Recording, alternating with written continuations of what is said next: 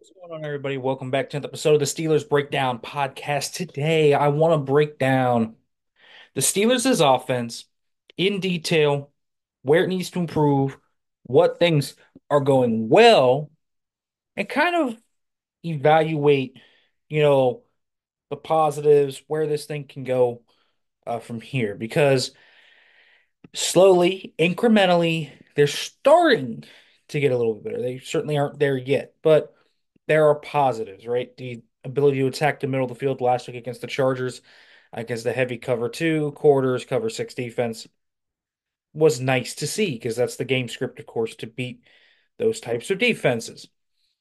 But I also think you look at what the Steelers did in the fourth quarter and say, man, wouldn't that be a wonderful launching pad to more things? And so let's take a few things personnel wise that I think have popped out to me. One, Justin Fields is playing better than we thought he would. And as a result of that, his growth over time has given the Steelers options to expand the menu, to start to experiment with new things. They've given him little by little to start out, and he is really doing a nice job of handling the offense. Now, he's not a superstar or anything, but he's playing winning football. Really, you can track what Justin Fields does with four or five key stats. How is the sack to pressure ratio going? How is the time to throw going, the turnover worthy play percentages, all of that. And then, the accuracy I think has really been there too. I think he's always been a pretty underrated player accuracy wise, and I think you're popping some of that on the tape. So I think that's important because I think Justin Fields giving them quality play inherently will raise their ceiling. Whether you talk about his legs, whether you talk about his ability to throw into tight windows in the middle of the field and anticipate those and read those, he's still a little bit late on a good bit of these throws. Um, but he's speeding up. He's better than he was in Chicago, and that's important. So that's the first thing. The second thing is, folks, this run game ain't good. And I know, you look at the volume stats and they are up there. Um, Top half of the league is a rushing offense because they just refuse to outrun the ball, right? They run the football. If you are an Arthur Smith offense, you are going to run the football. But we talked about this a little bit yesterday. The biggest issue with this run game to me is what in the world is the O-line, the receivers, and the tight ends doing on some of these runs? Like the schematics of it aren't a huge issue to me. I'm seeing them mix gap schemes. I'm seeing them mix zone schemes. I'm seeing them mix things in to the run game to where it feels like it should work. Like the quarterback run game has been there and has just been an utter disaster because no one has blocked it correctly. Like you see guys out on the edge blocking the same guy. You see three guys blocking the same guy, and then a linebacker flies. It's very clear that someone else should have been on that guy, or someone falls off their block too early. Like it is a mess that I cannot describe to you. The run game is a mess from mental errors to me. It is a mental error mess. And Isaac Seumalo was out there today, and it looks like he could be somebody that really helps out the Steelers' offense, of course. And so you look at Isaac Seumalo and say, yes, that is a big interior guy. He's going to know what he's doing. He's going to help this a ton. He will. But he's not going to be able to fix it just by himself. You're going to need to see, these guys start to play with their head in the game, some of them. It just hasn't been pretty to watch. And I think that's a huge problem with the run game. I think that is the biggest problem, actually, with the run game. And so, really, the run game needs to improve with the mental errors, and then the personnel I think needs to be tailored to the correct style of runs. I think they need to use Jalen Warren and Najee Harris a little better on the correct type of runs.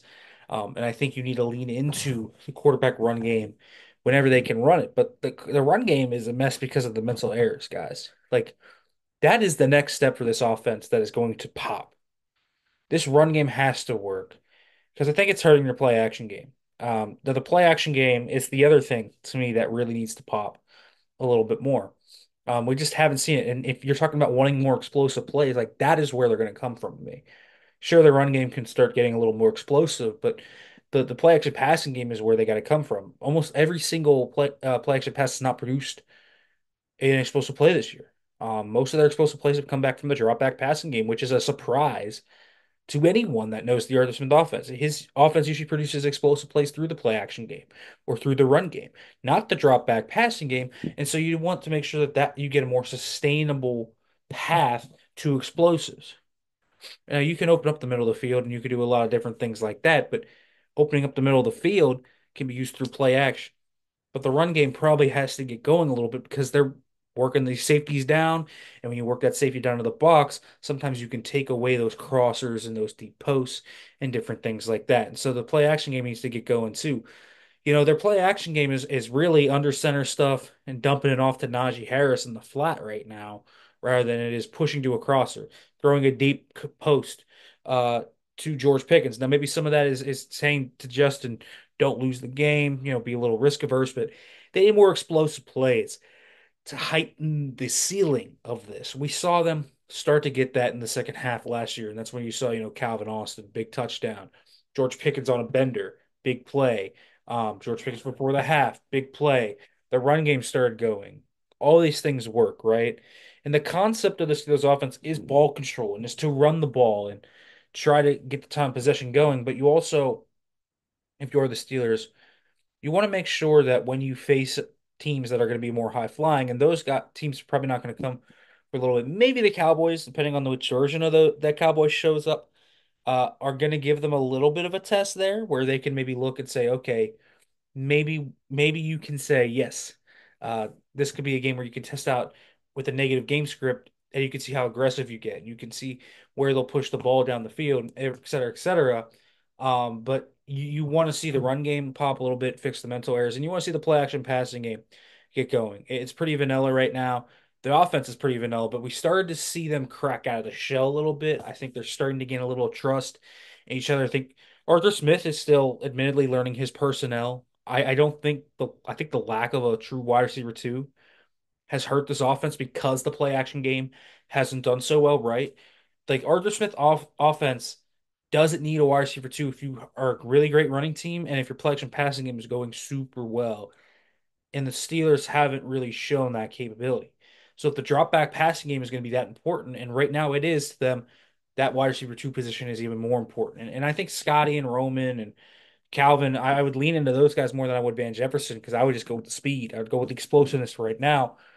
But we heard today Dan Graziano of ESPN kind of reporting that the Steelers are watching that trade market, and that is smart. They should be looking at that trade market because they're going to need another guy, I think, in this room to really pop it open, heighten their ceiling. I think that's something that you look at. I think, right now, like you look at rushing success rate, they're 30th in the league. I mean, that's just not good enough. And if they can even get that up to, 15th, 16th, I mean, that is a drastic change for them. And it's a big change that they need. So, like, the two biggest things the offense needs right now are to open up this rushing game and just start getting this play action passing game going because it will lead to more explosives and it'll lead to more efficient downs. Mike Tomlin talked about the fluidity of the team early on in the game. A lot of it was because, honestly, the Steelers kept getting behind the chains because of their poor run game. The run game and pounding ball control is a good idea for this team. Like I get why they love that idea, but you can't run ball control and control the offensive tempo on both sides if your team is not playing well in terms of the run game. And the Steelers' run game has just been a rocky road. And you'll look at the stats from this Chargers game and say, well, they ran the ball fine, but guys, before the fourth quarter, they had 1.7 yards per carry. Like that is not good enough. The first three quarters, they have to be more efficient. They have to be better than that. They have to get off the stronger starts. And a lot of that is related to those explosives that I talked about in the play action passing game and trying to hit this run game a little bit better. They just got to clean up the mental errors in the run game. I think that is such a big part of it. I think personnel is part of it, but you look at the personnel part of it, guard has been a big part of that, and they're getting Isaac Seumalo back. So a lot of that's going to be fixed. I also don't think they have a great run blocker at wide receiver. George Pickens is probably their best one. Matt Jefferson just has not given them a ton there, but they've been seeing positives, from Frazier, Daniels, Washington, Moore's blocked really well in the run game. Broderick Jones saw a few positives there against the Chargers as well. So there are positives to it, but you got to be blocking the right guy, and you got to be hitting these things at the right time.